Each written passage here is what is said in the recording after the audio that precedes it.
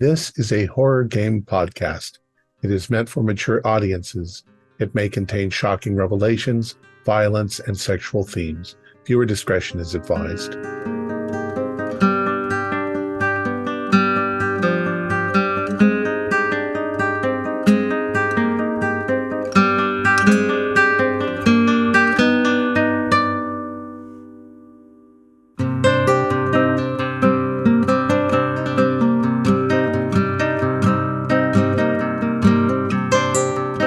Greetings, fellow investigators, and welcome to our video podcast, Into the Darkness, where my friends and I play the Call of Cthulhu role-playing game. I'm your host, Thom Raley. The scenario is The Lesser Isle. It was written by David Gassaway, who is also our keeper of arcane lore, and this is episode 4. A recap will be given by Tyler Hudak as his character, Roland Cartwright. So without any further delay, let's begin our journey into the darkness. Tyler? People think cartography is just drawing. It's boring. They don't know what it's really like. Take this job, for instance. I was brought here to map out the ruins that were being excavated, one day's work at most. Then we discovered underground caves, man-made caves at that, created thousands of years before they were supposed to be, and I get to map them. The tunnel we entered broke off to the south, east, and west. We initially started down the eastern passage as the western one was partially collapsed.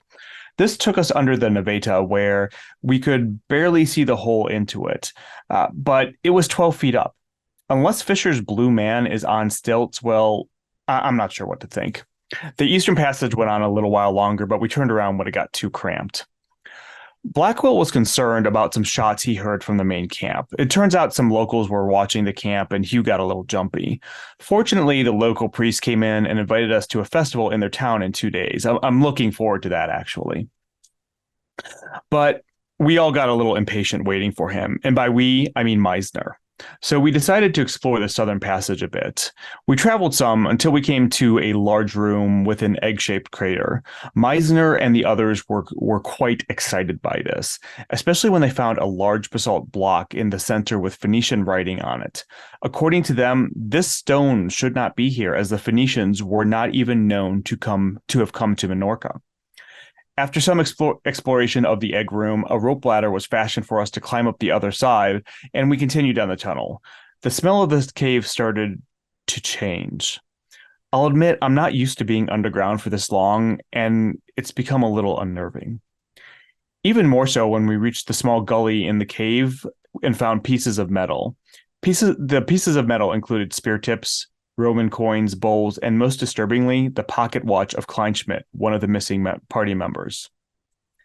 I fear we may not be alone down here, and it may have been a mistake to come so far without our security. Thank you, Mr. Cartwright. So that is where we find ourselves as we open. The linguist, Dr. Alvarado, has inspected an ancient Roman coin, but on the opposite end from that is Kleinschmidt's pocket watch. And the pool of mostly metallic objects is substantial, and the cave carries on. Between exploring the cave that you went on to the west and this journey to the south, we're well into the evening, late afternoon or evening. And no one at the cave base camp, as it were, or above ground knows where things are at. And Professor Meisner has been injured. So it seems reasonable to have a conversation about how to proceed.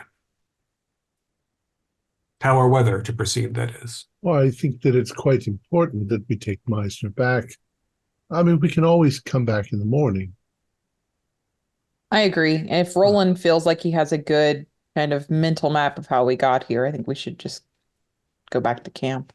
And if Kleinschmidt has fallen in here or wandered off in here, either he's dead or, he's so lost it's going to take us weeks to find him. But to that point, this is obviously his pocket watch. We had to construct a ladder to get up to here. So unless he found a side passage that we missed, how did that? I don't understand how that got here. This looks like a trash pile, doesn't it? Like everything shiny is just been thrown out here. Everything we think is valuable, which means the blue people that live under here must have a wildly different world. Maybe they value stone. This is terribly exciting, of course. Dr. Alvarado, how do you feel about sacrificing one of your sandwiches and we just kind of leave it at the edge of the pit? See if it disappears tomorrow. Exactly. And then they'll be, it's maybe they'll think, oh, these folks bring food. It's an offering. They won't hide. Yes, of course. I'll do that. But you just said something that sort of stirs an idea in me. And I sort of stand back and see how these things are arranged, these objects in this area. Does it look like, rats and crows and things will collect shiny objects and leave them in their nest? Is this some sort of a rock nest wherein shiny things have been left by whatever you say the blue man, we'll call it the blue man, has left them? How's your natural world skill? Oh, natural world is just a 10. Right. I assume you're sort of speculating about this out loud. Well, like I say, crows and rats come to mind with shiny things. Yeah. Sure, that's probably common knowledge to most people. Yeah, you're saying that out loud. I think a group idea roll is reasonable while you're considering the situation. Also, Dr. Alvarado, you picked up a coin. Did you put it back already? No, I couldn't quite make the signature out. I was hoping to examine it when we get back to the tent. It's shiny, but it's not clean. Right. It's slightly slimy. Ah, I see. So it's got mold or lichens or something growing. Something might be growing on it. Yeah. I have 40 natural world. Mm. Do you want to roll? Sure, yeah. Yeah. So I want to take it back and clean it. Yeah, regular pass, 33. So well, you understand what Dr. Alvarado is thinking about in terms of caching precious objects. This reminds you more of, not specifically, but broadly, it's something like an owl pellet. This looks like it isn't organized. It doesn't look precious. It looks like that which wasn't eaten, or that which wasn't of use, or as Fisher suggested, that which was tossed away as not valuable to somebody, but it's just its own. This stuff this is not of use to me or us or that sort of thing. But it's collectively in this area. Yeah. So this rather than scattered, it's dumped. It's like it's sort of a midden, which is, Althwaite in particular, you're familiar with the idea of like this is a trash pile, but it's an ancient trash pile and therefore interesting. Except it isn't totally ancient because the watch is right. The words undigestible come to mind. Discarded. So this might here be the place where the animal stops as it's rending and tearing. Do we see any stains, dark stains on the ground? I guess if there's a little moisture, everything is dark, but do we see splashes of what could have been blood? There are not splashes of blood, dry or fresh. And actually, Dr. Alvarado, your fingers where you picked up the coin Uh-huh. they're a little bit itchy and red. It's a little uncomfortable. I will pull out a handkerchief and place the coin into it, and fold it up and put it in my pocket. And then, I don't know, try to wipe this like an acid, corrosive. Do any of you have medical? I don't know who I would think of. Maybe Spencer. He's security, so he might. I see. I have What do you decent think? first aid. I do have Okay. decent first aid. Then Lillian, what do you make of this? Is this some sort of acid? I think Elihu was suggesting that this might have been where things were dropped or undigested. Could this have been passed through a system, eaten, and then pooped out? With your successful roll, Lillian, it looks, I mean, a lot of irritations look the same, right, to the flesh, like Right. an acid or heat or excessive cold, all kind of make your tissue inflamed. Right. I'll definitely take some of my canteen water and wash it off. Maybe it was regurgitated and had stomach acid of some sort on it. Is that same thing on the pocket watch? Did anybody pick up the pocket watch? I don't remember anybody touching it. Let's grab a pen and see if we can scoop it up by a chain or something. Yeah, the chain is intact. The watch is stopped, and the glass is broken, but it might work if it's wound. It's not. It's just not ticking. Is there a residue on it? I'm gonna grab a hold of it. With your hand? Yeah. Yeah. It's a little slimy. It's a little mucilaginous. Well, who could swallow a pocket watch? I mean, a sloth, but yeah, that seems quite an endeavor. A human could do it. It would just get lodged or be quite under. But you said the thing has no mouth. The thing in the photograph. Oh, that's true. Yeah. Well, then I'm extra glad I'm not touching it at the moment because the mind shudders. I say we go back and ponder these things. I agree. Yes, and maybe not return until we have Mr. Blackwell and his handy gun. If we were doing archaeology and came down here with that in mind, do we have anything? I don't know how they did it back when, but do they have like anything with the little numbered tags so that we can collect the artifacts, record them, and just leave the tag where they were? Yeah, absolutely. The tradition going well back is to put a piece of paper with a ink written number or a letter or whatever other system people are using, because it's not a science, going back next to things and then they photograph them so that you can refer to where they were. With the professor's permission, and he's hurt, I think that we should take some of these back. I'm hardly a cripple. Professor, I think we should take some of these objects back. We'll leave the marks where they were found. But the coin intrigues me, and there's no structure to this. It doesn't show us striations of history. Right. All right. Stick a shovel in it, as far as I care. Also, of course, the Americans should take a couple of snip shots before we do anything. Happy to do that, of course. Yeah.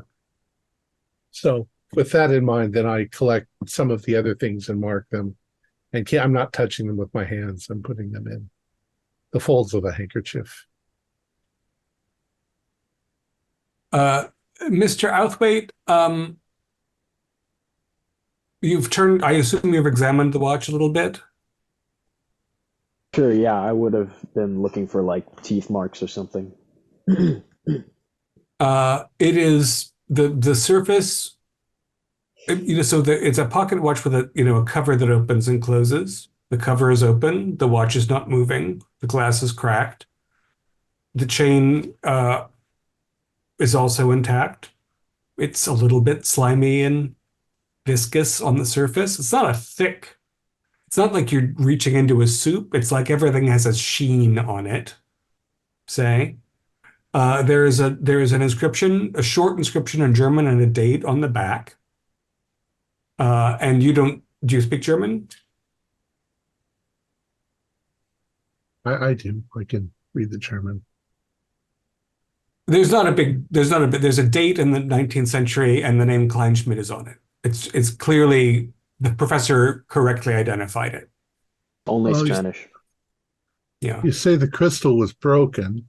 The glass case. Right. Yeah. And the watch is not functioning. What time was it stopped on? Either 11:20. So at 11:20 in the afternoon or 11:20 in the morning, or it's not a 24-hour timepiece. Right. No way to tell whether it's morning or evening. But what time did Kleinschmidt disappear? It was during the evening, right? I know how we could tell. This is unwound, correct? Mm-hmm. Oh, wait, no, never mind. That wouldn't work. Meisner is the only person who was around for his disappearance, and his answer to your question is he was missing. We don't. When did he didn't disappear? He wasn't where he was supposed to be. That's all. How do you? Let's assume then that this happened to him at 11:30, around 11:30 at night. Here. All right. Shall we return? Well, here's my issue with your theory that it happened at 11:30. It could have just been broken and then unwound on its own because it looks like it's still working. Well, okay, that's that. Oh, so it is completely unwound. That is correct. It could have just been running all this time. It wouldn't last more than a day or two. How often do you have to? I don't know how long those. To keep proper time, you have to do it every 12 hours, ideally. Certainly, if you leave it for 36, it's going to be slow before it stops. So it's even harder to tell. Right. If it was smashed with a hammer, that would be the time it was smashed at. But since it's just cracked, as if it were dropped from a height. Okay. It's not. So much for my Agatha Christie deductions. Well, if you don't mind, I'll take that sandwich now, and maybe this will be a little cheeky, but since we think this might be stomach acid, I'll feel around in my pocket for a coin and just slip it in amongst the lettuce and bologna, or whatever it is. Yeah, well, not lettuce. We're talking about canned cheese and canned meat. Yeah. Oh, so it makes kind of a squelch noise as it just lodges in there. Absolutely. Well, there. We'll see if we find this coin and it has the sheen of acid that they probably, spat it out. And after this much deliberation, Elihu, your hand is responding angrily to the content, the material that you touched. Yeah, Or the rest of my canteen of water over it.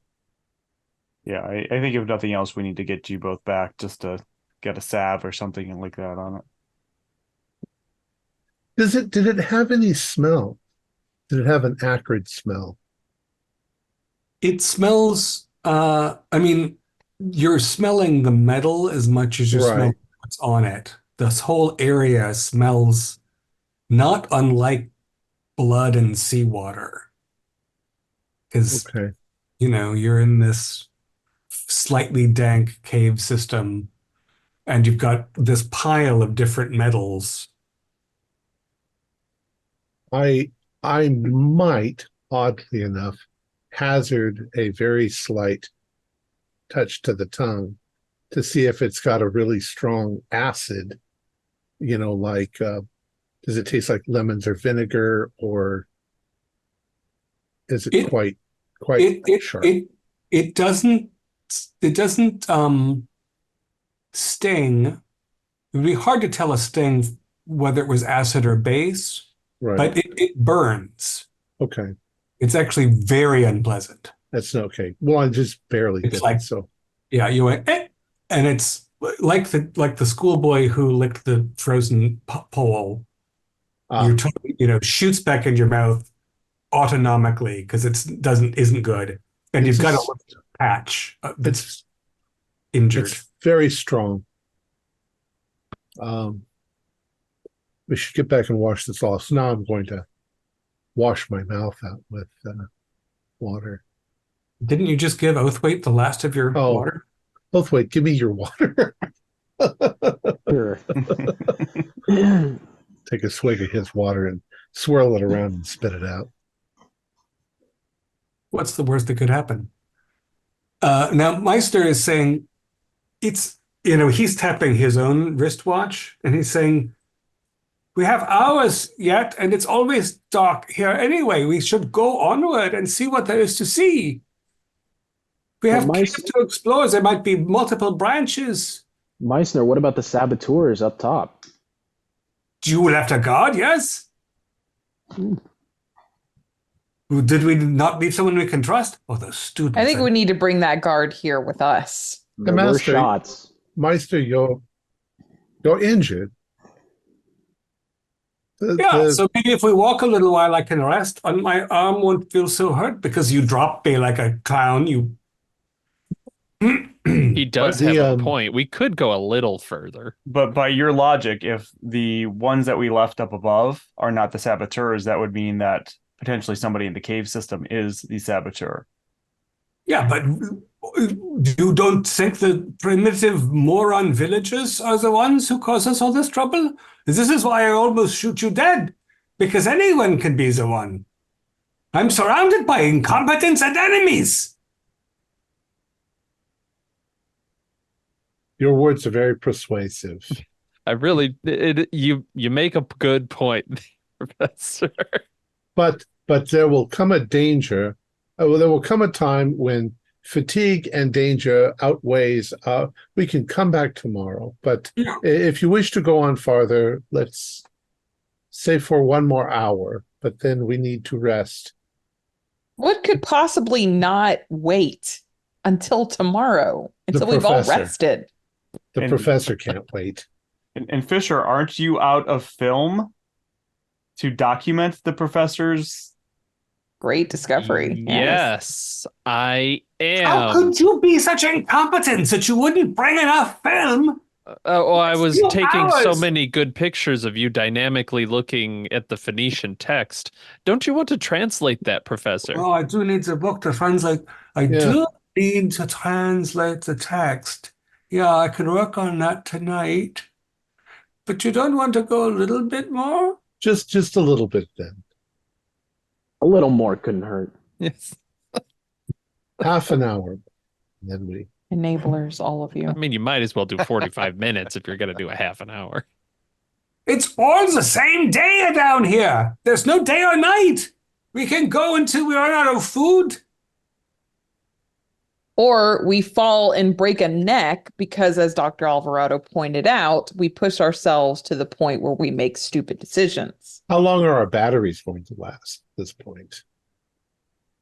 Good point. Spare batteries. We're weigh running out of about lamplight. 3 pounds. Yeah. Professor, tomorrow we won't need to explore all of this again. We simply come right here and go. We'll have all day.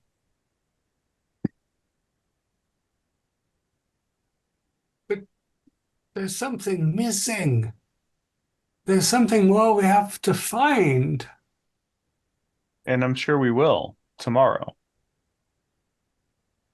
Everyone needs rest. You're a very intelligent man. I'm sure you understand that. Besides, I'd like to know what this says. Phoenician takes a while to translate. What's missing? If only I knew what was missing. I have worked so hard. Something is still not. And he deflates a little bit. You know, he hasn't had any coffee since the 3 coffees he had before. And his arm does hurt. Uh, if if he will permit a vote among the party, whether you carry on for a little while or return immediately. We need to return. But return. I would Well- not be opposed to a little while longer, but yes, we should return. You give an inch, Alvarado, and he's going to take the mile, and you know it. Don't try to subjugate my vote. I vote we return as well because I'm out of film. Oh yeah. That is the only reason. Come, let's go, and we can work on this together. We can find out what is on the stone. I acquiesce. So we go back. Let's not be slow about it. I could use some more coffee. So we've got the watch and the coin. Coin. Any other exploration of the matter? What other objects were there that we saw?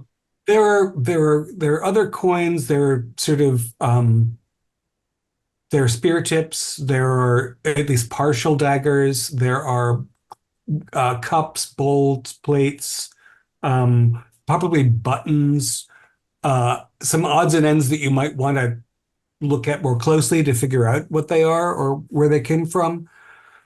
It's The spear tips are iron. There is iron. There are other metals as well. I'll bring one iron tip that I can't immediately identify as Greek or Roman or anything like that, but once again all wrapped up. Anybody else want a souvenir? I long would as we hate a mark it. button. Yeah, after the picture's taken, I'm feeling pretty confident. Could I grab the newest looking button? I have a hunch. I mean, new is hard because Okay. everything's shiny. Okay. And I assume you're going to do something like stick a pencil in and Yeah. use a handkerchief, given the Yeah, I'm good at not touching these. inflammations. Okay, so you're getting a button. Sorry, you said something else, Alvarado? No, I yawned. I'll take a bowl. Okay. And you're going to grab it again and rub it on your face and then lick it? No, I will. Once bitten, twice shy. I'll use my sleeve to pick it up. I mean, you have handkerchiefs, you have sacks, you have things for. These objects all consistently have that same mucilage. sort of Everything is a little bit slimy with something. I wonder if it could be the air in here that's just deposited moisture with the lime and the rock. I think Fisher, Outhwaite, and Dupree can all roll for knowledge on that question as the more scientific. We could also ask Miss Ash, too, the geologist. Ash is back in at the base, I'm afraid. We need to bring her tomorrow. 08. Okay. Engineer Dupree thinks that it is not out of the question that given that this is mostly limestone, but there are other stones involved, and that although this is mostly a dry atmosphere, there is definitely some moisture moving through stones over time. And given the fact that this is a pile of metal, there could be a completely natural chemical reaction that's causing these things to be nasty to touch. It's not unreasonable. Although there would need to be like a little more fluid than the caves in general have, but this is a pocket. Like there could be, channels move through. There could be even a plant, 30 feet above whose roots were had an enzyme in them that was being leached down through the stone. And then now to counter that, that I've said it, there would be so much less on the pocket watch than there would be on the coin, because the coin would have been here for a long time. The pocket watch only a few days. Well, I mean, if So- you think of a wishing well, you drop something into it, it gets just as wet as the thing that was there. That's true. That's true. But the problem is the pocket watch had to get there, so we're chicken and egging a little bit. It's All it's odd. So the party decides to move back. Yes. That's the vote. Kleinschmidt acquiesces.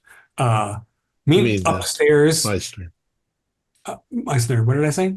Kleinschmidt. Kleinschmidt. Oh, Kleinschmidt isn't acquiescing in your Oh, good to presence. see you. Yeah, Kleinschmidt pops up. Oh, so good to meet you. Meisner acquiesces. Spencer Blackwell is probably at this point pacing the top of the Taliot. Like, why are they coming back?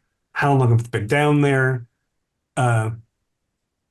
Just how are you inside of doing? an anxiety attack, It's right? it's we're getting into, again, it's a long twilight and not a dark dusk, but they've been gone again for a few hours on this second trip.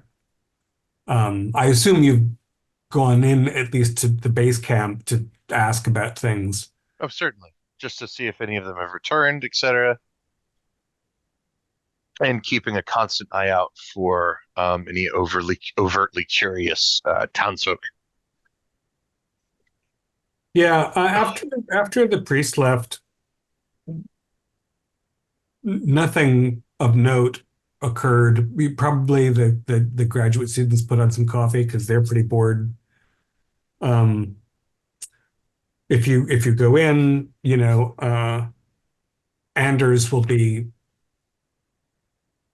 a little agitated that the second group took Meisner and they weren't tied together, and they seemed like they were getting a little protocol light.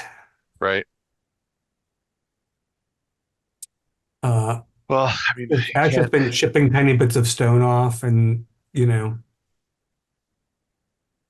things are quiet. seems like you can't really argue with Meissner. He seems like a difficult customer to get along with.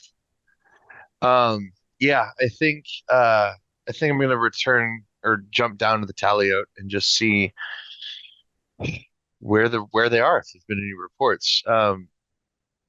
I apologize, I've forgotten the gentleman's name, but it's the second in command to Meissner. The missing Kleinschmidt? You mean Anders? Anders, thank you. Anders Yes, is the foreman, yeah. Anders.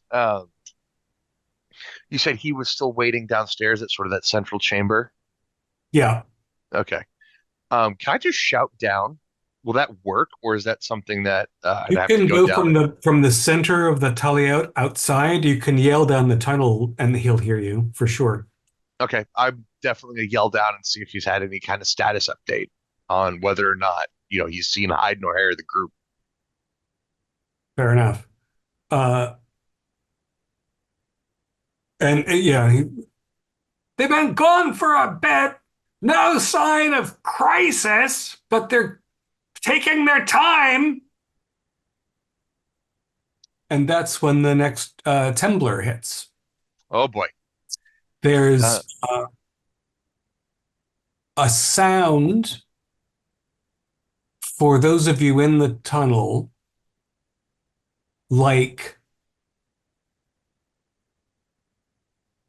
something very heavy hitting something very hard, not very far away. So it doesn't go rumble, rumble, rumble, rumble, rumble, rumble, rumble. It goes boonk, rumble. And those of you in the tunnel and without will need to pass dex rolls again, not to have a little bit of a tumble yourself. Oh boy. Oh no. I I've rolled at 99, Okay. Ooh. and I'm standing at the edge of the hole on top of this teleote. Well, you're luckily it's within the telly. You still need to make it. You still need to roll dodge now. Okay. Significantly better. I got a 12 on that one. Okay. So you have a better idea now of how the pile of scree that obscured the tunnel was formed. Because as the ground shakes, you look up in time to see a bunch of tiny bits from quite a height, and some not so tiny bits about to rain down on you. And you throw yourself out of the way. It's sandy and grassy, gravelly in here, so you can throw yourself out of the way without trouble. And there is a tumble of rock. It doesn't obscure the entrance as much as the one that you removed did. Right. Those pieces fell already. But there is a good mound, like maybe almost waist high mound of rock that would have hurt had it landed on you near the entrance to that tunnel. I'm sorry, so Fisher was okay. Alvarado? What was I rolling? You were rolling dex to see if you fell on your butt or worse. 78. Yeah, I fell on my butt. 78. Okay. Yeah, you fell on your butt. No damage. Dupree, I saw a thumbs up. Yep, I'm good. Cartwright. Rolled a 95 out of 60.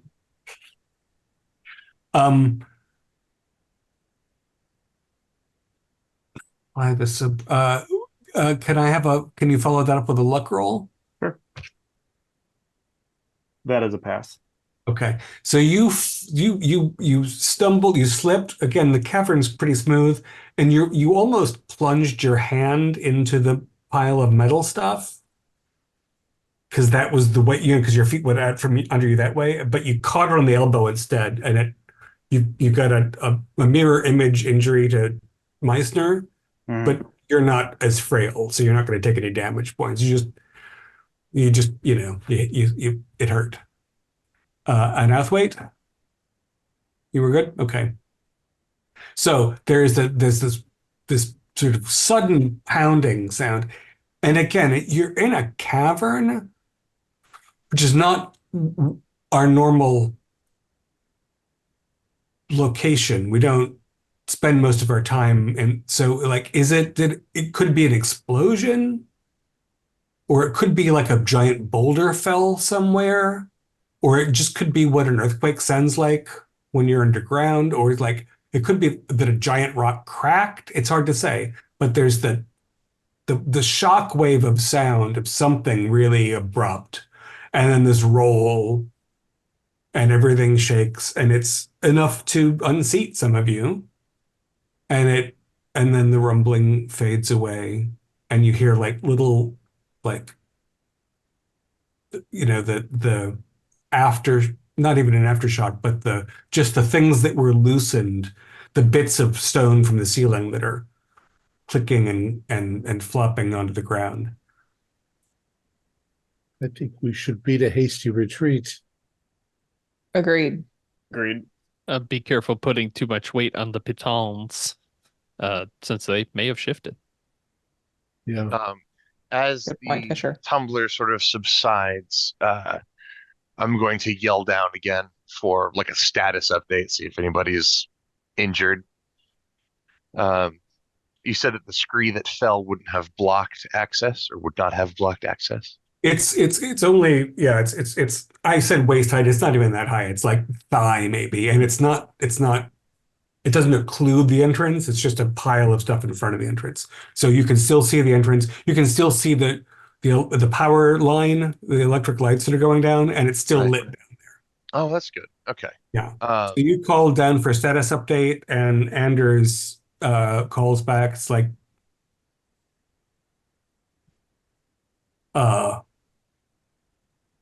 clear, but one oil lamp broke. So Small fire in the hole. Taking care of it. Okay. Uh, well, that's a good sign at least. I'm going to the descent down the hole. I forgot. Did I need like a you have climb to check for that? no to get Okay. from the inside of the telea to the underground chamber. You basically have to crawl for a few feet, and then you're in it. Thank It's you. not Uh, Apologies. I'm going to make a note of that so I don't have to ask again. a lot of little details, Uh, and it's so better than getting cardinal directions 100% wrong. So uh, yeah, I'm going to descend because if there's a cave in or something, he's going to need another hand. That and any fire in an enclosed space is just not good. So I'm going to yeah. go down and assist. So when you shuffle in and there's a bit of a there's an unpleasant smoky smell, Right, um, and it's probably good. It's good that a competent engineer was involved in the setup right, because lamp oil that from a broken lamp could cause a lot of mayhem. Um, and if three of them had broken, it might have been worse. But basically, Anders and Ash are, stamping on a tarp, and the air is smoky, but you can see, right. and there isn't a raging fire, and it's under control. Hooray for competent professionals. Yeah, it's nice once in Uh, a while. cool. So I will assist them with the tarp and then ask which tunnel did they go down. I've still got my rifle with me, but it's over his shoulder. Sure. Uh, yeah. And like Anders has put a wet handkerchief over his mouth just because The dust. kerosene or whatever it is at the time is Right. you don't want to take any more of it in than you have to. But it's already clearing because there's a natural channel out, and the ceiling is higher than anybody needs to be. So like the residue is moving upward. Um, and Anders is like, they went this larger the narrower vertical one to the south. I think it's been 2 hours 40. Uh, they didn't they're not they didn't tie together this time, and maybe other lamps fell over in between here and there. So I'd advise a follow up. Oh boy. Right. Um, are there any flashlights left here at base camp? Sure. I'm going to grab one of those specifically because it's not full of, volatile fuel. And I'm going to bring that with me instead. And head off down the tunnel he indicated because, I also would not want to be trapped in a confined space with Meisner. So, And there is a rope line going down there. They're just not tied together or anything, but they got didn't it. leave, they didn't run off like children. They just didn't, they were less nervous on the second tunnel. Got it. Engineer Dupree, would you roll an engineering for me? Of course. That is a failure, but I can spend the luck. Okay, I will spend the 5 luck. good. In that case, none of the lamps you left on the journey have fallen over likewise. You nestled them against the cave wall or some such, so that Spencer doesn't find an Nice. impediment as he descends. Or Uh, blazing tunnel fire. yeah, I mean, luckily, sandstone doesn't burn very well, so it would mostly be smoke and anxiety. But Just saying that chimney effect is not anything to, Right, to and flap off. there are lamps going in both directions. So, Cool. let's see. So you guys went. Okay. Uh, so as you go down, Spencer, what you're seeing is carefully laid lamps.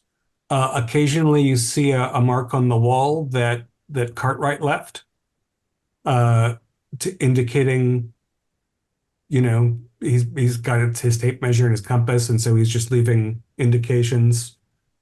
And you're not here, and there are occasional like chunks of rock Hmm. that are on the otherwise pretty smooth, rather curved passage. Right. So stuff definitely got loosened up. Right. But you said there's still an obvious path to follow. There's To a clear channel.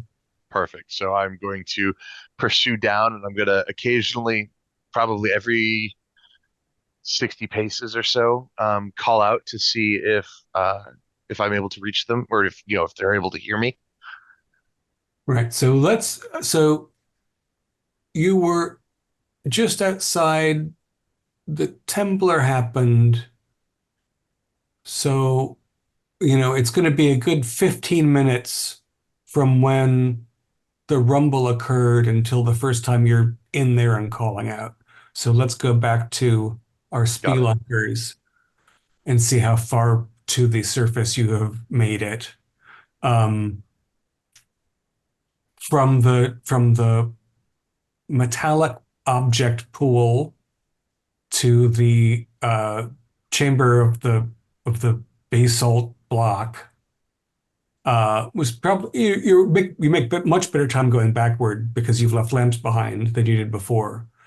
So having recovered yourself from the tremor, you hustle back there in only 5 or 7 minutes. And then Dupree, you're going to check the rigging. Mhm. At least two of your pitons popped out because they're relatively shallow um, and Can we say that I took note of the time of the tumbler? yes, yeah. Let's Yeah. see. Let's say it was 6:20 p.m. that happened. Okay. You guys have, definitely extended the day past what you originally intended, but once you start getting excited, you know, and when you've got a crazy academic man, things, and an eager photographer, and relatively few serious challenges, you kind of carry on. Uh,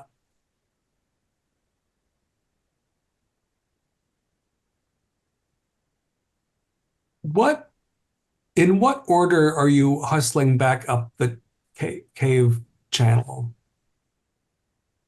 Is there any I'd like to order? think I'm going first to kind of check, stability. Yeah, If I put any climbing equipment, then I'm checking that as I go. that makes sense. I'm a bit sore. I might be following up in the back. Hmm.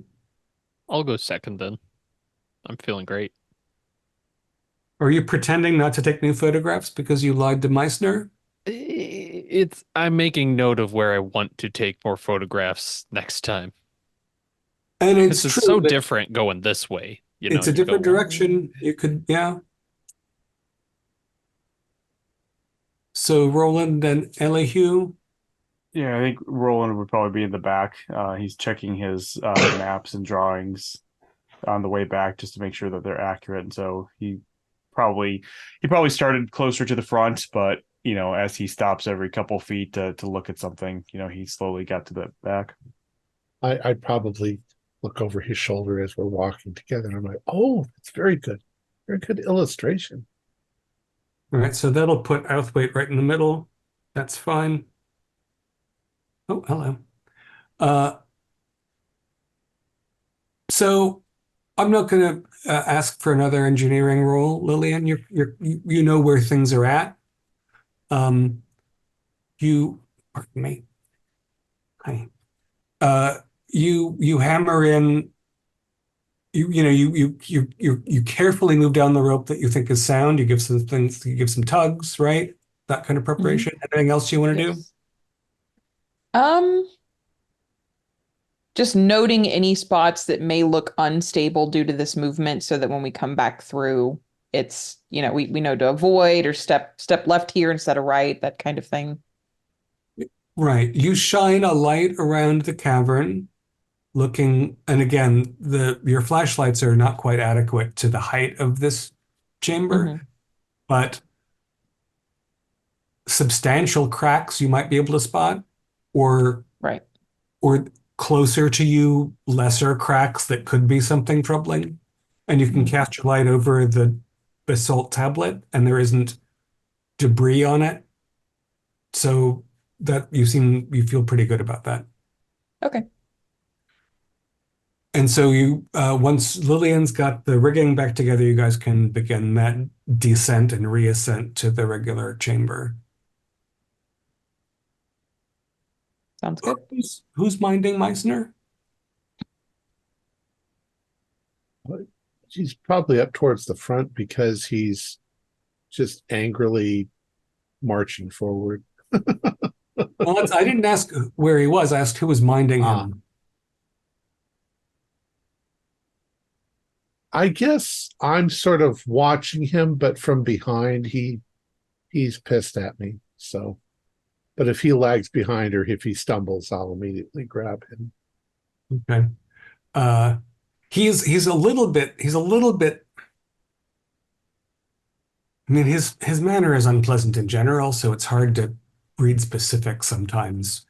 He definitely isn't happy about reaccessing the normal world. But he also looks a little confused, and maybe it hurts more than he wants to acknowledge. He's sort of Hard to read. Yeah, he's mumbling and cross. And when you get to the chamber of the basalt tablet, he says he comes to himself a little bit. He's been in his own mental space, and then he looks around, and Dupree's shining lights, and there's a lantern on the basalt tablet to illuminate the room, and he sort of takes it all in. And he says, go ahead so you can help me down, and don't drop me again. Yes, of course. Could I Yeah. could I roll psychology to see if it looks like he's hearing something?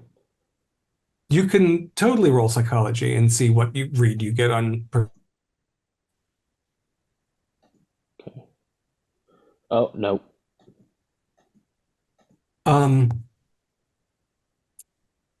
No. Your poor rolls, you try to read him. It's dark. He's far away. He's weird. You do feel like he's an anchor, an unwelcome anchor on a ship that's trying to get ahead. He's just not helping, and he's never going to help.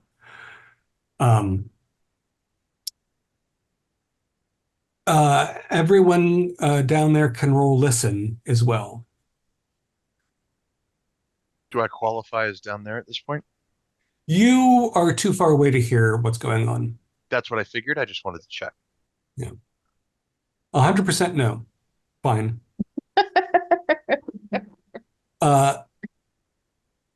When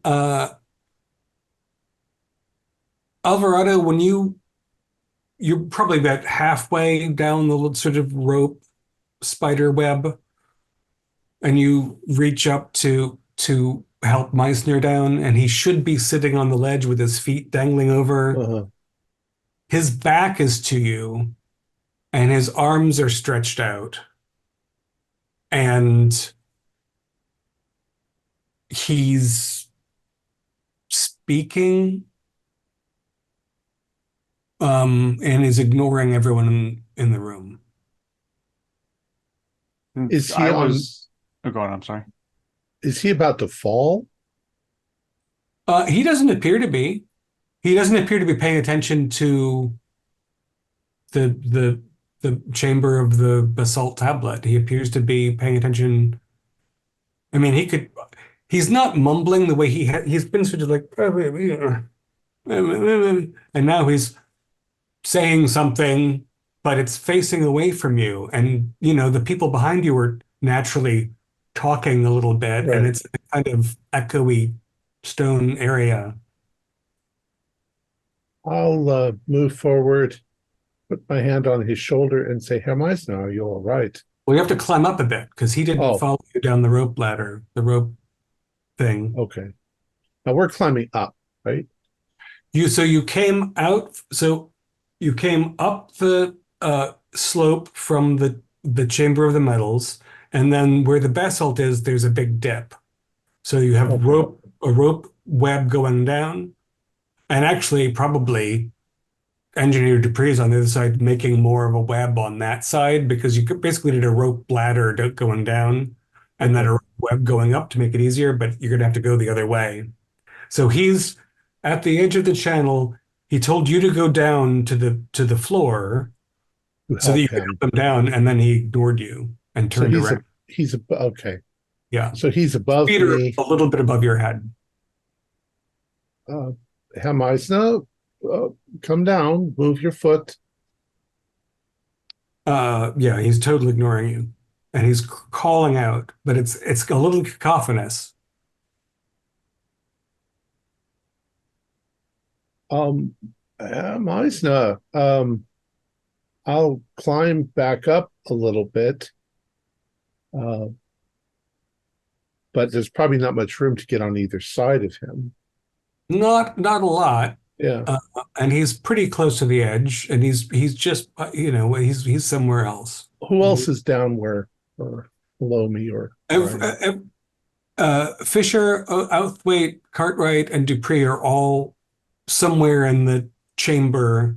Basically, Dupree is setting up the next ascent to go back to the main chamber, and everyone else climbed ahead of you. Can I have a linguistics roll, Dr. Alvarado? Oh, that's probably good. Let's see. Yeah, I got a 40. What did we decide to do for linguistics? Oh, I guess we decided to edu for you, since you have a bunch of languages, but your field is linguistics, so we're doing no rolls. Yeah, well, 40's good. Yeah, it's a regular.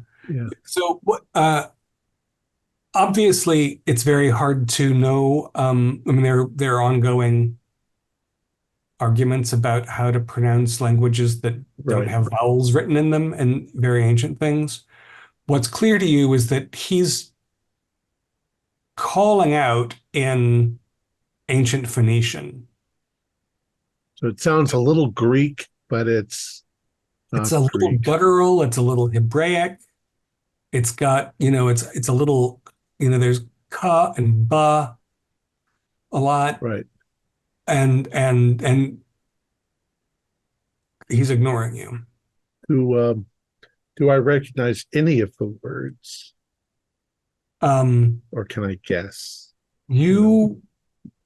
What you would, it's again, because there's all this other sound and because he's facing away in a stone place, it's really what you recognize is a rhythm. It sounds like he's singing the Odyssey or he's calling Gilgamesh. It's a song poem structure. Something that he must have learned a long time ago. At least it's my thoughts.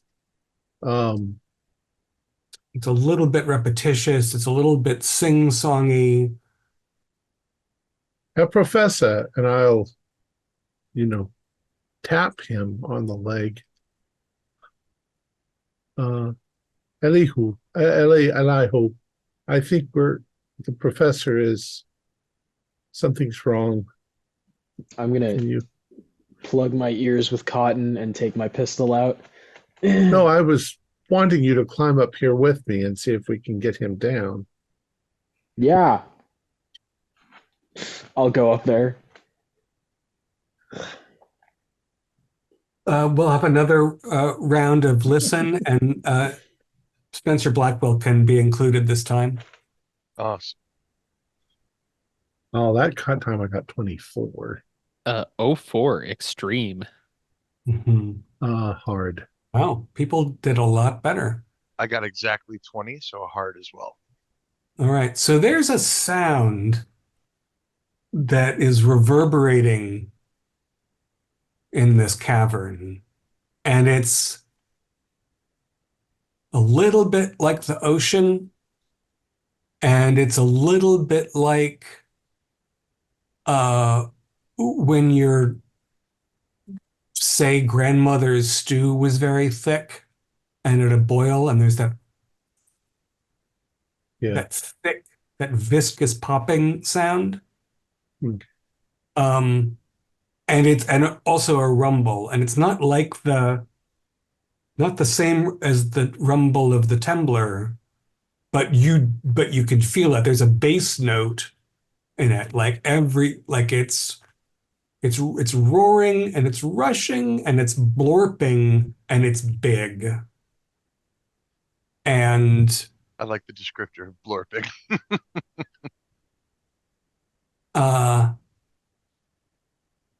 And Meisner turns around at the entrance of this cave, tallish, thin, this side of the egg.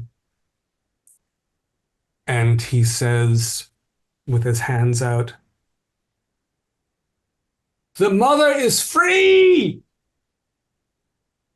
And he's hit from behind by a thick gray-blue fluid that sort of splashes around his body and up the side of the cavern wall. And waves of it ripple over his body, and he looks ecstatic until he looks to be in profound agony, and he starts screaming out and writhing, and a tongue of this gray-blue fluid comes through his mouth and waves in the air, and smaller rivulets of it come out through where his eyes were. And he writhes for a moment, and the sort of ocean of viscous matter recedes back into the cave, except for a minute, you see his skeleton covered with this blue viscous matter,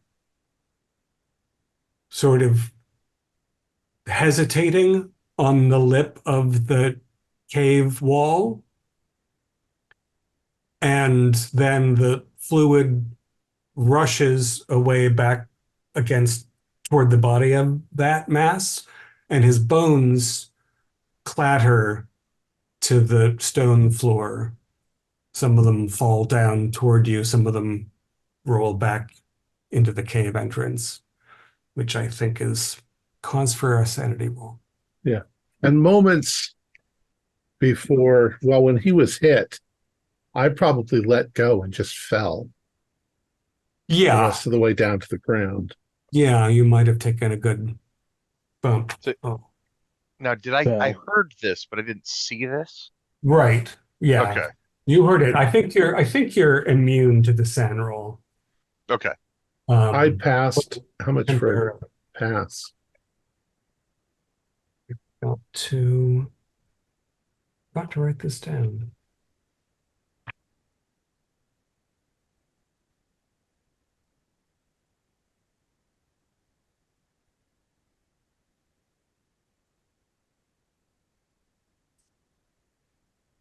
This just became the Alvarado expedition. What expedition? The Alvarado expedition. No, how much for a fail? I mean, for a pass? A pass is a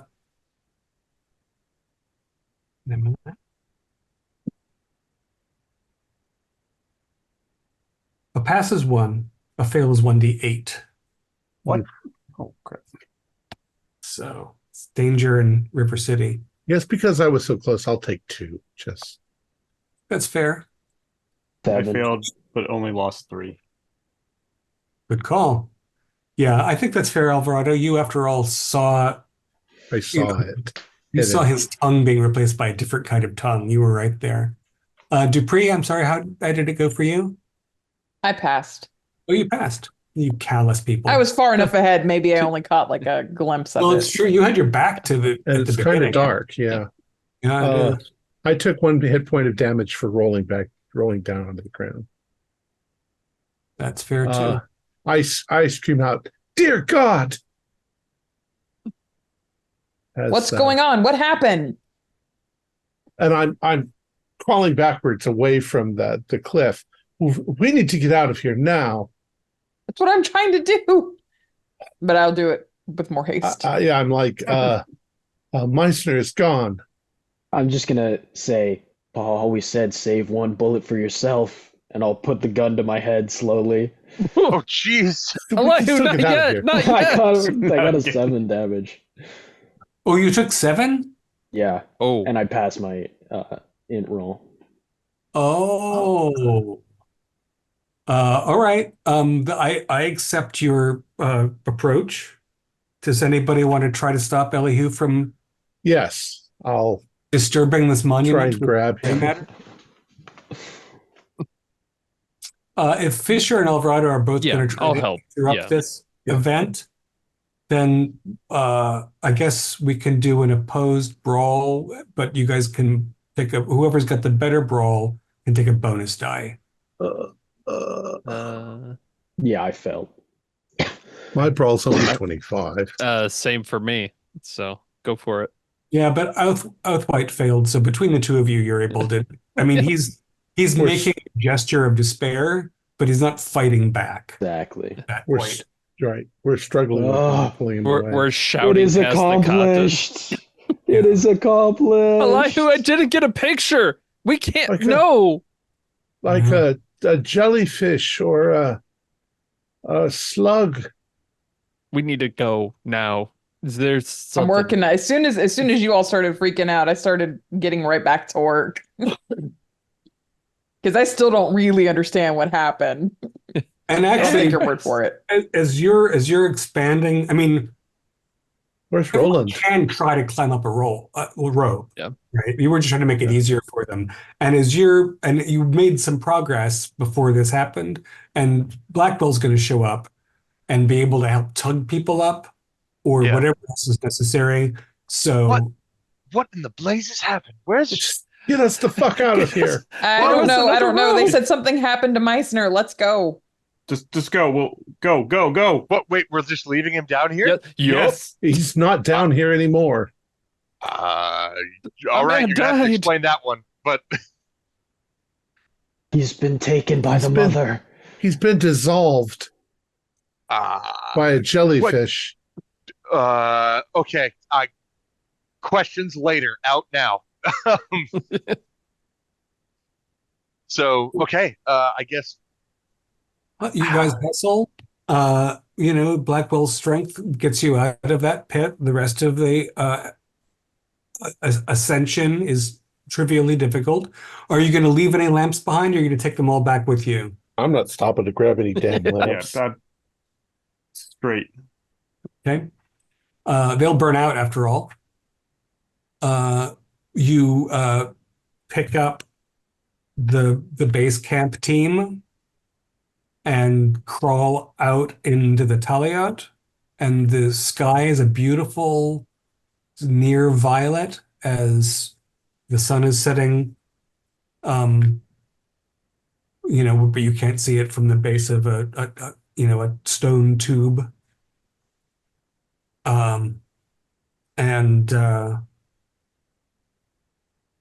in the outside world, things look normal. They don't smell like burning oil or damp cave or dry cave or metallic slime. A slug or a jellyfish or some sort of sea creature like a huge, horrible amoeba.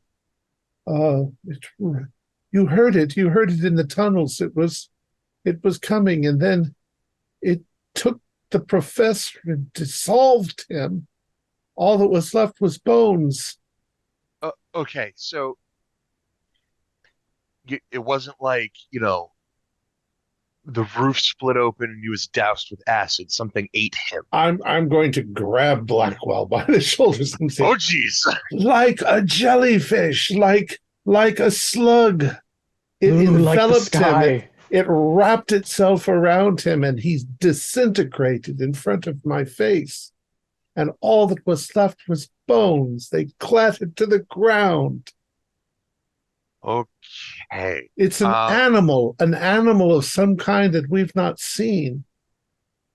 It explains all of the bits of metal that we found, the pocket watch, the Spencer, I acid. know that psychology isn't your strong suit, but No. I mean, I could you've got try. 5 shell-shocked looking people, why don't you try to roll psychology with a bonus? Okay. Please remind me, a bonus is just an additional 10. Okay. Yep.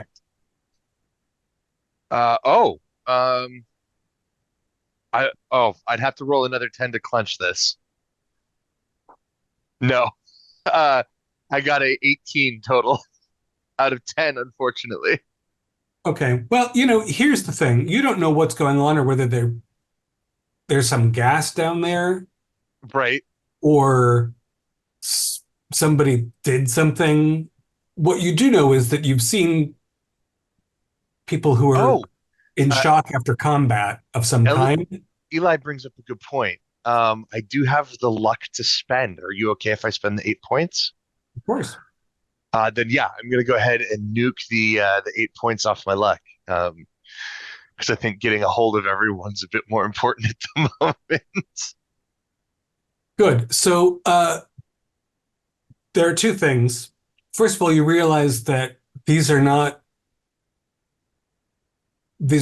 wasn't a pocket of laughing gas, and they're talking about something that really happened, or at least the best of their knowledge. And secondly, you are aware, you have a sense of how to respond to them in crisis. Mm-hmm. Which it's only Outhwaite that needs intervention, but you know what to do to get him grounded again so that he doesn't. I mean, probably Fisher and Alvarado told you about the incident, right? And so you're gonna address that. How do you want to fix Outhwaite's event? Where is he? Where's he keeping that pistol, like that revolver? They took it away from him. We took it away from him. Oh, Yeah, okay. I would have just dropped it. They've got it. He didn't struggle when they wrestled it away, and then you treated it as a total evac. And Andrews was the last one out. He doused things, and you guys got out of the teleout and back to base camp. And Ramirez and Hugh are like looking at you all. Okay. Humorous, like the bone. So many bones. He needs to be sedated. He's had a terrible shock. Do we have any whiskey on hand? It's 1925. You're in Europe. You have a number of spirits available. Well, I was going to say, we're in the Mediterranean. We should be up to our eyeballs in available wine. Yeah. I'm going to give him a glass of that and just have him sort of focus on his breathing to bring his heart rate down. I mean, I know that it's very difficult once you've just had a mental break, but I think that's what I'm going to start with. I'm not looking to get him hammered. I'm not use alcohol as a crutch to get him through it. I just, the steadying of the nerves effect is what I'm looking for out of that. And sort of just reminding him we're on the surface. There's nothing around here that is currently a threat. It's just us. Um, I know that you saw some things, and we will talk about those when you are ready. But for the moment, I just need you to pull yourself together. Oh, it was like this wine. It's sloshed, and I'll drink the wine. And Okay, and I'm gonna take the glass from you. I'm gonna say that Elihu, you're gonna recover a sand because of the thoughtful treatment that Blackwell gave you. And also Blackwell's gonna not really let you out of his sight until you show up, until your eyes focus Refocus. properly again. Which might even mean, we'll see, but might mean that you have some sort of overnight. And you're obviously not going to be armed until. Well, we got to make sure he doesn't hang himself in the tent. I mean, he can't hang him. It would be a real trick to hang himself in the tent, but that's just fair. Collapse. Yeah. Yeah. I hadn't fully thought that statement through before I said it. He definitely, it is. There are ways you can get hurt when you're not, So he's going to be under watch. But his condition does notably improve. Because he was in shock. Yeah. I'm calm now. I'm calmer. Yeah. And the graduate students have started dinner prep. And it's a really lovely evening outside. And you're aware of outside, like the cave wasn't scary until it was scary. Right. But it was a cave, and now you feel like a little exposed, but also just open, like not under all that. Right. We have escaped the confines of the bowels of the earth, as it were.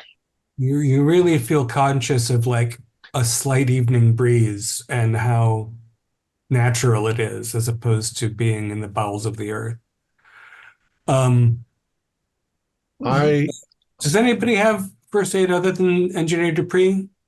I also have first aid. I had put a number of I put 10 points into it, so I'm at about 40. I've just got 30. So both Outhwaite's and Alvarado's hands, they look like they got burned a day ago, and it was a pretty good burn. And it's obviously topical. Right. It's much more like Outhwaite's hand is worse than Alvarado's because he picked up a more substantial object and touched it more than picking up a coin, which is basically 3 fingertips. Right. Once we are out of the cave, however, and back to the camp, I'm going straight to Meisner's tent. Mm-hmm. And my concern is to get his lexicon of Phoenician and his notes and his notes and immediately begin translating the Phoenician stone. I'm shaking, of course, because of what I saw, but I'm trying to rationalize it. It's some animal that came up from the ocean. I mean, what do we know? Some sort of sea anemone thing. But it's obviously been doing this to other people who got too far in that cave.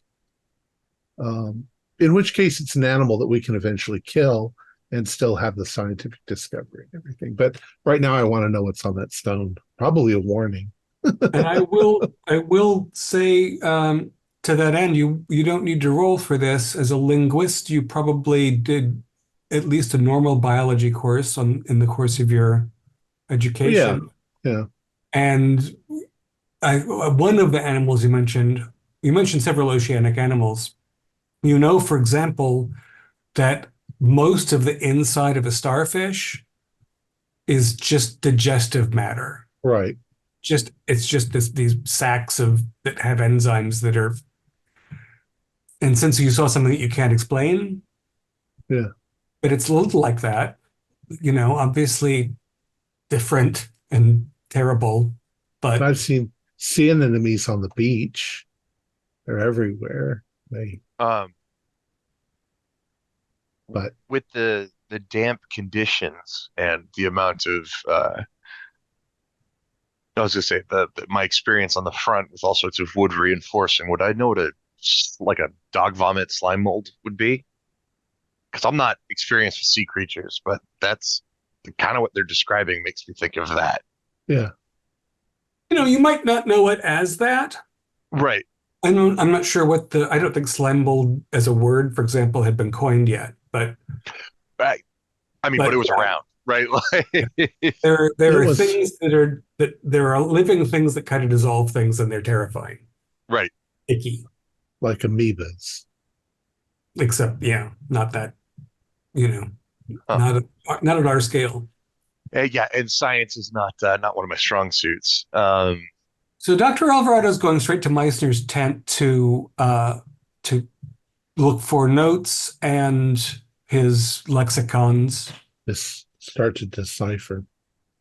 I'm going to get him uh, also a glass of wine and just keep an eye on him. I know he was rather panicked initially, and I just want to make sure that he's okay. But like, obviously, nowhere near where Eli was. No, I'm not okay. I just saw Professor Meisner dissolved in front of my face, but I'm not irrational. Okay. Presumably, this means that Outhwaite's in charge of this project now, since Meissner's assistant is missing and he's the archaeologist. However, he's also not compos mentis, so there might be a conversation about that. What does everyone else want to do while Spencer, you're going to accompany Alvarado to make sure that is that how you're keeping an eye on him? But you're keeping an eye on Outhwaite? How are we going to divide this up? I also want to grab what's his name? Hugh, because he was working with the professor, so he might know some linguistics as well. If he doesn't, then Yeah, Hugh can be of assistance. of course maybe after dinner if he's getting dinner ready. Right. I'm basically after everyone's kind of settled and we've got someone watching Eli, I'd like to just almost be laser focused on that the temple, the Talio. There we go. Like focusing on making sure that nothing creepy Is coming out of it. Mm-hmm. Mr. Fisher, Mr. Cartwright, Ms. Dupree. I'm going to go talk with Blackwell once he's positioned himself outside of the Taliote.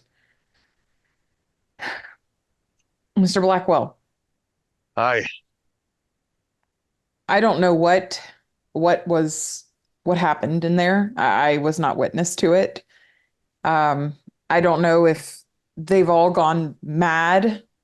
Clearly, Meisner didn't come out with us. Something killed him in there. I don't know why we haven't radioed for a boat to come and take us all back. I don't know why they're even contemplating going back in there. You have an excellent point. I got caught up in the emergency. No, that's an excellent idea. Get on the radio. This expedition's over as far as I'm concerned.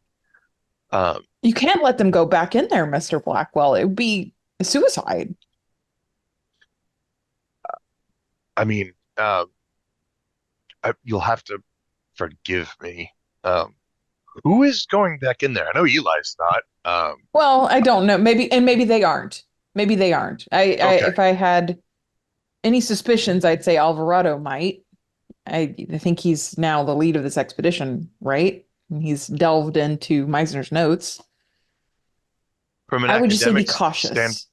From an academic standpoint, probably, but no, I think you were right. We definitely should not go back down there.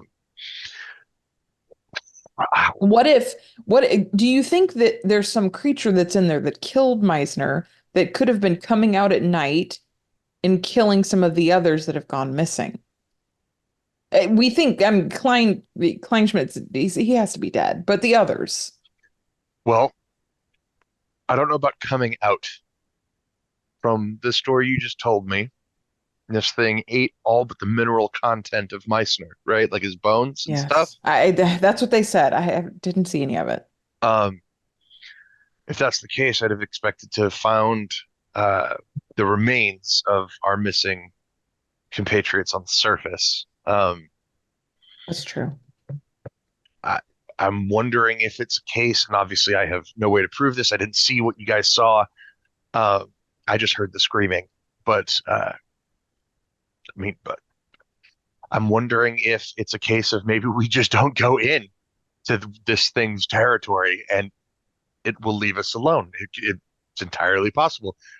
I am not going to stake my life on that theory, which is why I'm posted up here. But um,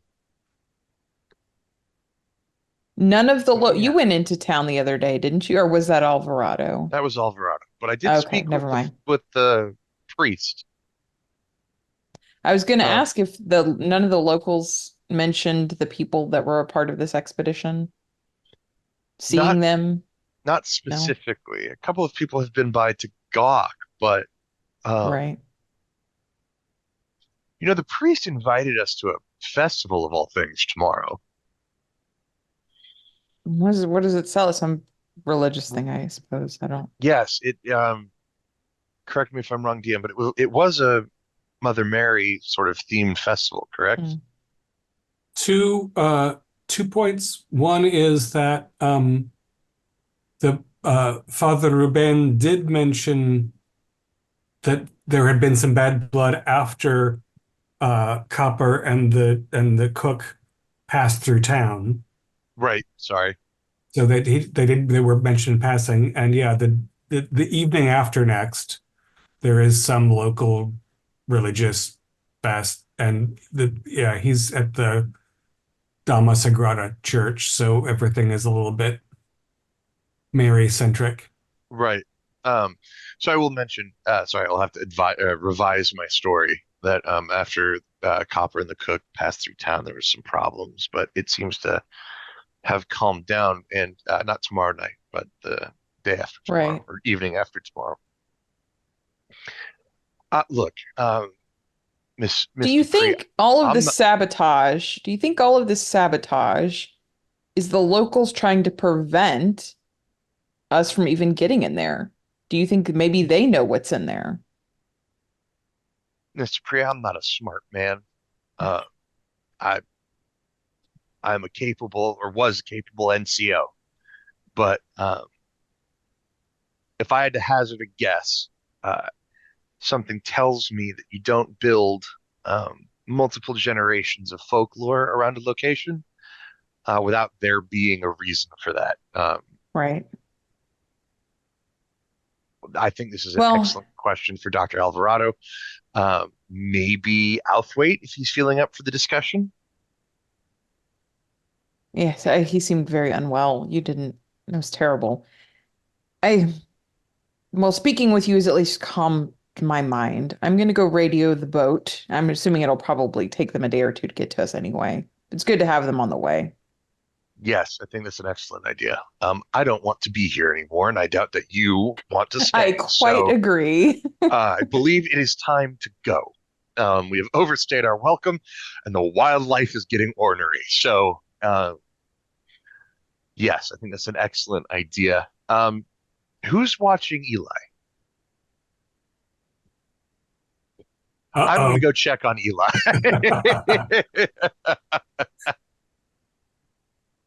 Um, Misters Fisher and Cartwright, how have you, with your, shaky knees? I think after pacing around the camp a little bit, go up and Fisher, the picture that you took. Yeah. It, Yeah. does it, looking at it in a new light, does it look like what we saw or potentially like what we saw? The blue, yeah. Is it a similar blue? Sure. I mean, it's not, the lighting situation is very different. But bluish, is much bluer than you're accustomed to seeing in the context of a whatever that was, either of those things. Roland, I think I don't think we should be in this camp tonight. I don't think either that or we need to shut all the tunnels, including the Nevada. And does the Tala, is there, we didn't look, is there an opening near there? And you can see he's got like a notebook. He started to kind of like diagram out almost like a crude map, but then also just discussing like trying to figure out like how would you even feed something like this? Like there's questions like that from a thing like, do the locals know? And he's kind of conspiracy theorizing. It's you make I didn't think about that. What if there are not only in the Nevada or the Talia, what if there are other entrances for this thing around us? Yeah, because that tunnel we went in, it continued and it got too narrow, but that doesn't mean it doesn't surface somewhere. And I think you and I are on the same page. I think it extruded itself into that room. Mm-hmm.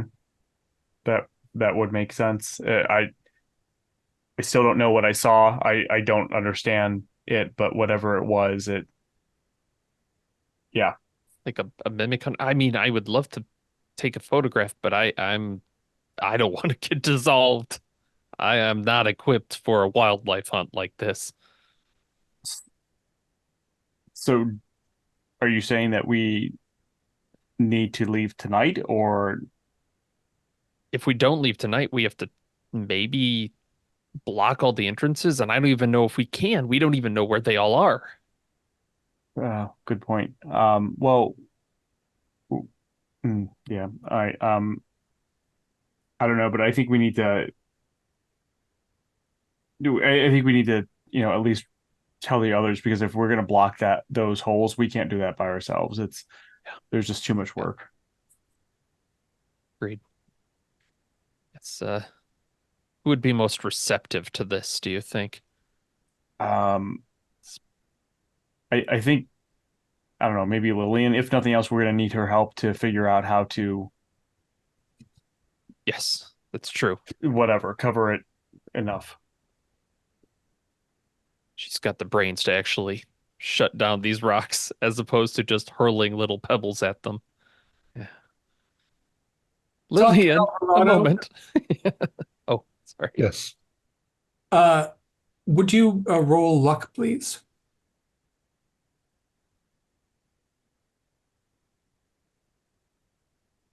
Oh, 51. My luck is 50. Isn't that just the way? Well, in a Can way, I spend sanity too? No. gosh, I kind of like that as a mechanic. You're trying to decipher some ancient text that may be sanity shattering. I was so you're not entirely surprised when you poke your head into Professor Meisner's tent that it's not in order. Right. Instead of, everyone's got like one lamp and one little bureau and one trunk and one cot. He's got notes in books and clothing and forks and stones, and it's really chaotic. So you're looking for his lexicons that will help you translate this. It turns out to be a mess. Okay. Yes, most likely because Kleinschmidt's missing. Kleinschmidt would have been the one that cleaned up all of his mess. Don't have an assistant. So let's try a spot hidden. Okay. Oh, 55. What's my spot hidden? 45. I'll spend 10 luck then. Digging the hole deeper. Yeah. That's what we do here.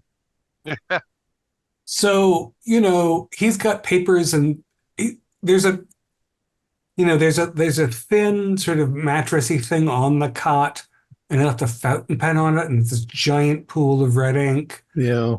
And under his pillow there's roll luck again, please. That is a 38. So that is still a pass. Good. Because you would have hurt yourself. There's a black stone dagger under his pillow. Like obsidian black? Like obsidian black. What's this? Professor. And you touch the side, you touch the handle. If you'd been 4 inches to the left, you would have shoved your finger into that blade. And so I think I'm going to just start to do I figure I can't begin work on this until I organize. So anything that's made of paper or book, I'm just going to pick it up, collect it, put it into a pile on his little desk, and then I will systematically go through it later. And I will start putting things in his room into their proper place, and then I will begin to work. But I'll probably get hungry first. well, but you did also enlist Hugh's assistance. Oh, that's correct. And probably actually Anar Ramirez came too, because Right. they're not really going to make dinner. They were like chopping onions and cleaning stuff. It might fall to Anders to actually make a stew because that's what they've been getting by with. So half an hour of plotting and planning for this rest of you and organizing in the tent. And Hugh stands up with a bit of what's this? And he's got a little leather-bound journal in his hand, and he says, this was Kleinschmidt's. Kleinschmidt's journal? It shouldn't be in here. Well, let's set it over here. You get a small basin of water. We need to wash this acidic substance off of the objects that we've brought from the place. Yes, why would Kleinschmidt's journal be in here? Perhaps the professor simply collected it. As soon as I'll tell you what we'll do. Let's get everything organized. We'll go get something to eat, and then we'll come back and we will spend some hours going through it, all of the paperwork of the journal. And, see if you can make out the inscriptions on the coin. My adrenaline is very high right now. But that thing, whatever it was, I imagine we can drive it back with fire. Can you not hear me? Oh. No, no. You were just acting. Hugh's not entirely sure that the very minor tremor he felt outside could possibly be what you guys are talking about. And everybody seems a little bit nuts as far as he's concerned. How's he handling the Meisner's not here? How's he handling that? Question. He's less surprised that Meisner's gone than he was that other people didn't come back. Because Meisner, frankly, the fellow was obviously off his, not wearing his bowler in the sun for some time. He's not, if you had murdered him in the caves, I wouldn't be, I'm going to get to go to the cave at some point, right? I'm not going to be stuck outside all day talking to peasants, I hope. Well, yes, you should see the rock and tell me what your opinion is of it. Yeah, it's quite. Yeah, and so you see, he was injured, and then something he swallowed him up. You say like quicksand, and there's a bit of No, that. Like, like is it incredulous? I quickly I pull out a notepad and I kind of quickly do a sketch as an impression, which looks kind of like that. Yeah. As he Wow. threw his arms out, and suddenly he was hit from behind as if a mass of mucilage, like a sea creature. It flung itself forward and wrapped itself around him, and he screamed out in agony. And as I watched, Illustration does have a little bit of a crucifixion-y look about it. Do you? yes, almost, he threw his hands up like this, and he said something about the mother being here. I don't know what that means. Well, that is consistent. Yes, he has been muttering about motherhood and yeah, origins and birth and things. That's consistent with his mania.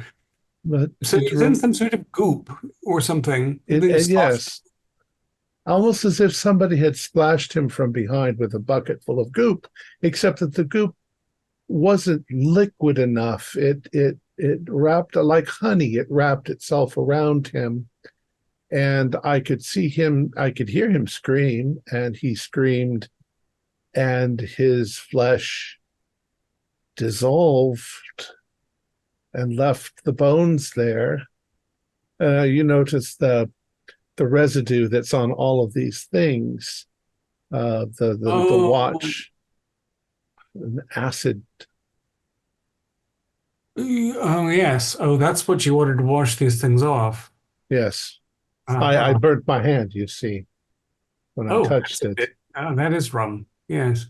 So I imagine some sort of thing from the sea, or a slug. There are such things in rainforests, a leech perhaps of some kind.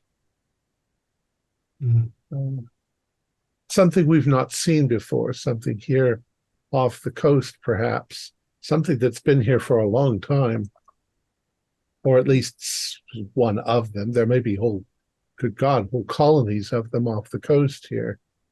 I think we'd have heard if they were giant murderous sea anemones. Well, perhaps those who encounter them aren't so lucky as I was, and we did find quite a bit of traces of Kleinschmidt, but all of them with bits of this goo on them.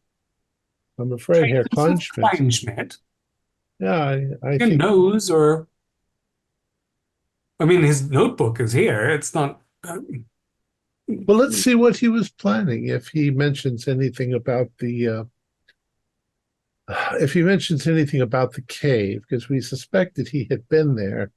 But then I must insist we get something to eat. I'm quite out of sorts. I admit I've been sort of snacking a bit over the course of the afternoon while we were waiting up here. So, meanwhile, Ana Ramirez has been flipping through Kleinschmidt's journal, and in fact, these are the last few entries that he wrote. 4/21. That would be April 21st, I imagine. The secrecy about the blade and idol troubles me. M must be Meisner. Meisner's secrecy about the blade, the idol troubles me. 4/23. Meisner's works night and day to translate the seal. He needs rest. I think we're implying that he's known more about what's going on than he's let on for us. 4/24, progress on the Phoenician improving. By God. May 2nd, Meisner blames native interference for the destruction, but I'm unconvinced. Copper agrees. Oh, Copper. I forget Copper was the fellow. Copper agrees and plans to go for help. May 4th. Copper has not returned. Did he betray us? So Meisner found something. This knife here, perhaps. I will use my handkerchief to pick it up and examine it more closely. Does it look prehistoric? Or is there some fashioning on it that makes it look more modern? It doesn't. You're not, after all, expert in archaeology. No, but I do actually have 36 in archaeology. Let's start there. That's great. 53. No. Fair enough. I You're can't not place expert it. in archaeology. But what you can say is if it fits into a recognized type, it's not a type you recognize. Right. It is perilously sharp on two sides, and not dull because it's a chipped weapon. Right. Or Right. appears to be. So the sides are not safe, and the two edges are perilously sharp. The handle itself is rougher, as if it were worked with sand or something, so that it was easier to grip. But it's not. There's no hilt. It's just a handle and a wicked blade. All a single piece of stone. One piece of stone. Oh, so it must be. I will just, my character will guess that it is quite old, quite primitive. Perhaps pre-Columbia. I don't know what the terminology would be, but before most civilizations, maybe Phoenician, but probably older than Phoenician. No inscription of any kind, no scratches on it that could indicate runes or. Perhaps with full sunlight or more study or specific knowledge, it's not as though there are letters carved into the hilt or anything like that. And he says an idol. Have we run across anything like that? Let's take a look around again. Anything hidden under the bed or? In the hour that you and the two graduate students have been rummaging through Meisner's stuff, you have found two, one hardbound and one paper collected lexicon for Phoenician. Haven't found anything yet you'd call an idol. I think that we should take a break. Let's go talk to the others. Let's see what's for dinner. Then we can continue after that. I'm really curious what the Phoenician on the stone said. I don't think that we'll have pictures for a bit, but if people are willing, I think that fire should frighten away any kind of animal, don't you think? We should be able to regain that position and take more photos. One wouldn't want to get dissolved. Horrible way to die. I think it's just hitting me how horrible that was. So you and the graduate students come out. There's been progress made on dinner. There's a third pot of coffee on because people have needed it. We need to talk about whether there's going to be a watch again tonight. Some people want to flee immediately. Oh, and Ms. Dupree, you radioed the Lenora directly. Mm-hmm. They're not going to be moving for 3 days. And they're making repairs. About a day away around the coast. They don't have a lot of money, and welding, hoisting, welding, like it was a pretty bad gash. Could they send another boat? Like, could they Like we'll pay. Just could they like maybe hire on another boat to come and retrieve us and bring You everything? have you secondarily radio back to the Spanish mainland to talk to the university that was in touch with the University of England that helped facilitate this, and they can send a smaller boat in a day or two, unless there's an emergency, they say. And if there's an emergency, you can just leave. You can go back to there, there's the road south, the Bastijos, that town where previous members got mules and went, I see. back. Okay. Yeah. Or Okay. there's a track northern where it's a longer walk to another village. That's But fair. I was thinking like getting off this island, but that's fair. Okay. Does Menorca have a capital? it has two major cities. They're both there, and they're really at both ends. Uh, And they're Mahon, Mao is quite far away. The one that's closer to you is a couple of days with a mule. And the main road is farther south than the village that you're north of. It's not modern. right. So I come into the tent. Are the others here? People are, yeah, I mean, the meal area is like, it's not wall tent, it's like covered area Right. with some torches to reduce the bugs and so on. Open. So I'm afraid Meisner has been misleading us.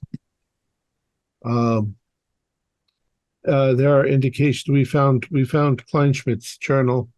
There are indications in the journal that the professor was already aware of some of the things in the caves, that he was in possession of a knife. I'll show it to you later. One that must be possibly pre-Egyptian, very old. He talks about an idol, and I don't know. There's some indication that he's got more going on here. We haven't gone through all of his papers yet. They were completely disorganized. Not unlike a professor to be quite messy. Kleinschmidt. May I see that journal? Oh, it's back in the tent. We're going to go over it. We just wanted to get something to eat. But yeah, it's right inside. It's brown. Yeah. It has a K on the front of it. But he seemed to indicate that Copper went in to get help. They felt that the professor had, sprung a leak or cracked a gasket or something. And I'm now inclined to believe that maybe he had, from his behavior inside the cave. We've put together all of his things, but they're more or less in piles. We'll have to go through and look at all of his papers. I'm very curious about the Phoenician, but it took us all this time just to find the lexicon. So the mystery continues, but he kept talking about some sort of idol that he had. Unless I misread what he said. I'm less concerned about this idol. Look at the 23rd. He's working to translate the seal. Yeah, the seal. That's another. I don't know, but that certainly sounds like what you're thinking of translating, doesn't it? Oh, well, you think that the large stone was the seal? He seemed so surprised to see it, though. The more and his stomach gurgles because he hasn't eaten, the more I think about it, the more that cave feels like some sort of creepy digestive system. Have you noticed how smooth the tunnels are? Don't get overly imaginative yet. I imagine that a seal is usually a seal of some sort. If you're putting something small away, but what if they were putting something large? Well, I was thinking that we could, if we could engineer it, we could do a little more exploring. If we, not to put anyone in danger, but whatever kind of an animal or creature that was, it certainly doesn't like fire. Based on what? On the fact that no animal on the planet likes fire. Fire burns things up. I don't, Doctor, with all due respect, I think you must be mad if you are thinking about going back down there. Well, no, I'm being a scientist. I mean, mankind has gone into many dangerous places. We have always conquered and preserved. If there were monsters, we killed them, and we made discoveries, and we aren't afraid. But we shouldn't be incautious. We should be very careful. We have all the time in the world, don't we? Could I wander in at this point?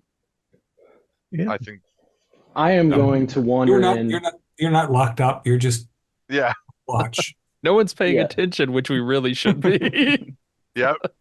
And just tell me, because I learned this in a class last semester, so just tell me if I need to roll for it.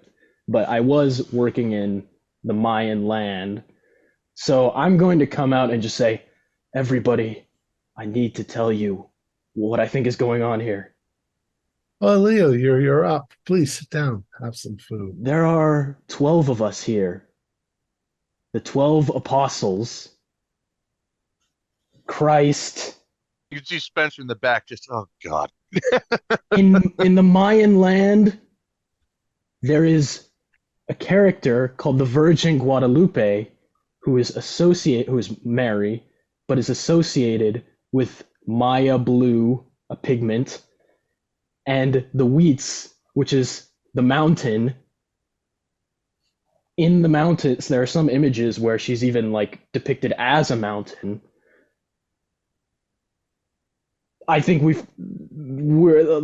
this was like a recreation of Jesus. Well, I think the Phoenicians were thousands of years before that. But that matches what Meisner was talking about. Because remember, he was talking about the Blue Mother, and he's talked about the goddess Isis feeding her infant child, right? It was this egg chamber, some sort of womb for I mean, it's all mythology, but could they have some creature in there? It would be fascinating to see if all of this correlates to one another, but that would be an earth-shattering discovery for archaeology. I'm sorry, did you say earth-shattering? At that moment, there's another thunderous, pounding, stone crunching blast. Everything shakes. Tent posts fall over. Stones rock. Some of the lights go out just from the shaking. And that's where we'll end tonight.